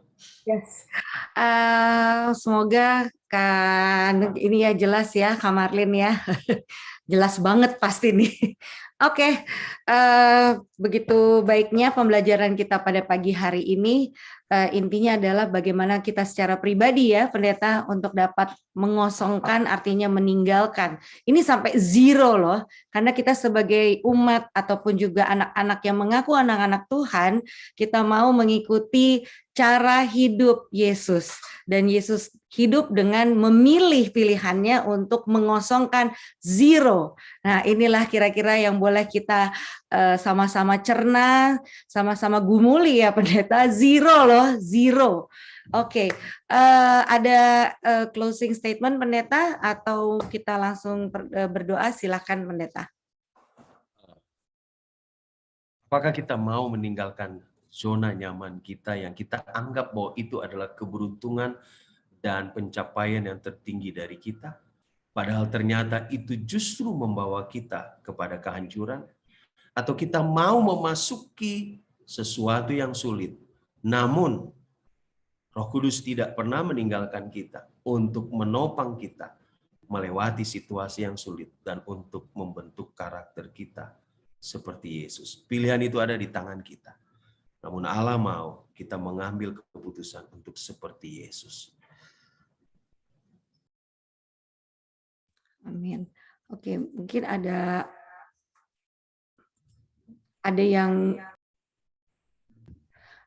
yang ingin didoakan spesial sebelum pendeta akan berdoa. Kalau tidak, kita akan segera tutup, pendeta. Boleh dengan doa. Mari kita Pastor, berdoa. doakan kami, Pastor. Oh iya, Ibu Sylvia, apa yang perlu didoakan? Pelayanan saya di Luk Banggai, Pastor. Iya. Terus terang saya banyak kendala, tapi seperti Pastor bilang tadi, tetaplah menginjil agar supaya tetap kuat iman toh. Dan juga doakan untuk pendeta Boy Alu yang selalu menopang saya, yang kebetulan sama-sama juga ada dalam Zoom ini, Pastor. Doakan ya, Pastor, dalam pelayanan. Oke. Ya, kita akan doakan. Baik. Mari kita sama-sama tunduk kepala dan kita berdoa. Maha besar Tuhan Allah Bapa kami di surga. Pagi ini kami belajar satu pelajaran yang sebagai manusia kelihatannya sulit untuk kami lakukan. Yaitu Yesus berkomitmen mengosongkan dirinya. Melepaskan segala hak-haknya sebagai Allah. Untuk menjadi hamba. Dia dengan sengaja memilih. Dia berjalan hari demi hari untuk memilih menjadi hamba agar dapat mengangkat kita untuk datang kepada Bapa. Pilihannya adalah sesuatu yang sulit. Karena justru ketika dia memilih menjadi hamba, dia diperlakukan semena-mena. Dia diperlakukan tidak selayaknya manusia. Namun Yesus tahu resiko itu. Dan dia tahu bahwa semua itu dia lakukan karena cintanya kepada manusia. Dan Yesus meminta kami yang hadir pagi ini untuk mengambil keputusan yang sama seperti dia. Berkomitmen untuk meninggalkan zona nyaman kekristenan kami yang seringkali hanya berpikir bahwa sudah cukup ke gereja, sudah cukup ibadah, sudah cukup memberikan persepuluhan. Namun kami lupa untuk hidup, meninggalkan hak-hak kami, menawarkan diri kami untuk menjadi berkat buat orang lain. Meninggalkan kenyamanan kami untuk mencari mereka yang saat ini dalam situasi sulit, bahkan hilang untuk dibawa datang lagi kepada Tuhan. Bantu kami Tuhan, sebagai manusia berdosa, kami sudah terlalu enak dengan hal-hal yang penuh kenyamanan, namun berujung kepada kehancuran. Bantu kami untuk tinggalkan semua itu.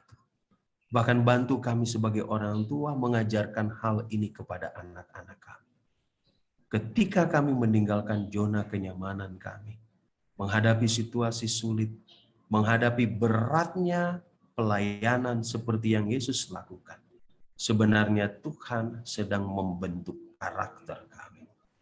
Tuhan sedang mengajarkan kami untuk menjaga keselamatan diri kami sendiri. Dan Tuhan berjanji, kami tidak akan berjalan sendiri ketika kami menghadapi situasi sulit. Roh Kudus akan selalu hadir untuk menopang dan memberikan kekuatan kepada kami. Sebagaimana Yesus kuat ketika dia dianiaya. Sebagaimana Yesus kuat ketika dia diperlakukan tidak adil. Oleh karena Roh Kudus menopangnya, maka roh yang sama akan menolong kami. Pagi ini kami berdoa untuk seluruh umat Tuhan yang hadir. Kiranya Engkau memelihara satu persatu mereka. Membuka tingkap langit dan mencurahkan berkat untuk memenuhi kebutuhan mereka. Memberikan hikmat bijaksana akal budi bagi mereka. Menjadi orang tua yang baik. Menjadi anak Tuhan yang baik. Dan menjadi umat Tuhan yang ada di sekitar untuk menjadi berkat bagi sesamanya yang lain. Tuhan, kami berdoa untuk Ibu Sylvia dalam pelayanannya setiap hari. Hamba tahu Tuhan, dia suka menginjil. Dia suka memenangkan jiwa. Ada banyak pengorbanan yang dia sering lakukan untuk menjangkau orang untuk datang kepada Yesus. Dan dia ditopang, dikuatkan oleh pendeta yang selalu memberikan nasihat dan doa baginya. Tuhan berkati Ibu Sylvia dengan keluarga. Tuhan berikan kepadanya hikmat dan kuasa. Dan Tuhan berikan kepadanya kemampuan untuk menjangkau lebih banyak jiwa datang kepada Tuhan. Dan biarlah jiwa-jiwa yang dimenangkannya, dia boleh jaga itu. Sambil menunggu kedatangan Yesus yang kedua kali. Di saat yang sama dia menjaga keluarganya untuk tetap setia kepada Tuhan. Berkati pendeta yang hadir hari pagi ini yang juga mendoakannya. Hamba berdoa Bapa, kiranya Tuhan berikan kepada kami hari ini kesehatan, kekuatan, agar kami boleh lewati satu hari persiapan untuk mempersiapkan diri kami menyambut hari Sabat Tuhan yang suci. Sebelum kami berpisah, izinkan hamba-Mu mengangkatkan tangan, dan tangan-Mu yang tidak kelihatan itu kiranya ada di atas kepala dari seluruh anak-anak Tuhan yang hadir. Saudaraku, jika engkau pagi ini mendengarkan firman yang disampaikan kepadamu, Tuhan berjanji, Ia akan mengangkat engkau di atas segala bangsa. Berkat-berkat ini akan datang dan akan menjadi bagianmu. Diberkatilah engkau di rumah, diberkatilah engkau di jalan, diberkatilah engkau dimanapun engkau pergi. Tuhan memberkati keluargamu, Tuhan memberkati keturunanmu, dan semua kaum ibu, Tuhan memberkati buah kandungan. Ia akan memberkati dapurmu, tempat makananmu, hasil kebunmu, hasil ternakmu, dan segala pekerjaan tanganmu. Ia akan buka tingkap langit, mencukupi segala keperluanmu, dan kau akan memberikan pinjaman kepada banyak orang, dan kau sendiri tidak memerlukan pinjaman apapun, karena Tuhan yang mencukupi kebutuhan. Tuhan akan mengangkat engkau menjadi kepala dan bukan ekor. Dan engkau akan terus naik dan tidak akan turun. Tuhan tidak akan mengizinkan seorang pun menjatuhkan engkau. Karena Ia akan menjagamu. Ia berdiri di depanmu, di sampingmu, di belakangmu. Dan matanya terus mengawasi engkau siang dan malam. Ia berjanji, Ia tidak akan pernah memberikan kepadamu penyakit seperti yang Ia pernah berikan kepada bangsa Mesir. Dan jika engkau sakit, Dia berjanji, Dialah yang akan menjadi penyembuhmu. Penyembuh fisikmu dan terlebih penyembuh hatimu dan dirimu dari segala dosa-dosa masa lalu. Tuhan akan memberikan segala berkat ini kepadamu. Jika engkau takut akan Tuhan, menuruti segala perintahnya, dan tidak menyimpang dari ketetapan-ketetapan yang diberikan kepadanya. Tuhan memberkati dan melindungi engkau. Tuhan menyinari engkau dengan wajahnya dan memberi engkau kasih karunia. Tuhan menghadapkan wajahnya kepadamu dan memberi engkau damai sejahtera. Kasih Allah Bapa, kasih karunia Yesus Kristus, persekutuan Roh Kudus menyertai seluruh umat Tuhan yang hadir pagi hari ini bersama keluarga. Dari sekarang sampai Maranatha. Mari kita semua yang ada sama-sama mengatakan amin. Amin. Amin. Terima kasih. Sesi kita sudah berakhir dan mungkin kita bisa lakukan ya. Kita terapkan bagaimana kita mengkosongkan diri kita dan kita ketemu Jumat depan oleh karena kasih karunia Tuhan ya. Kita semua sehat dan mungkin nanti kalau ada yang mau sharing bagaimana pengalaman mengenolkan diri. Sampai bertemu. Selamat hari persiapan Sabat. Tuhan memberkati. Terima kasih pendeta. Tuhan berkati semua. Terima kasih Bu Jenny. Tuhan berkati. Sampai ketemu. Terima kasih Pak Pendeta. Terima kasih. Tuhan berkati. Tuhan berkati pendeta. Tuhan berkati. Tante belum Jumat, Tante masih hari Kamis. Oh iya. Oke, Tante. Mari. Terima kasih pendeta. Iya, mari. Terima kasih. Terima kasih. Makasih, Mir.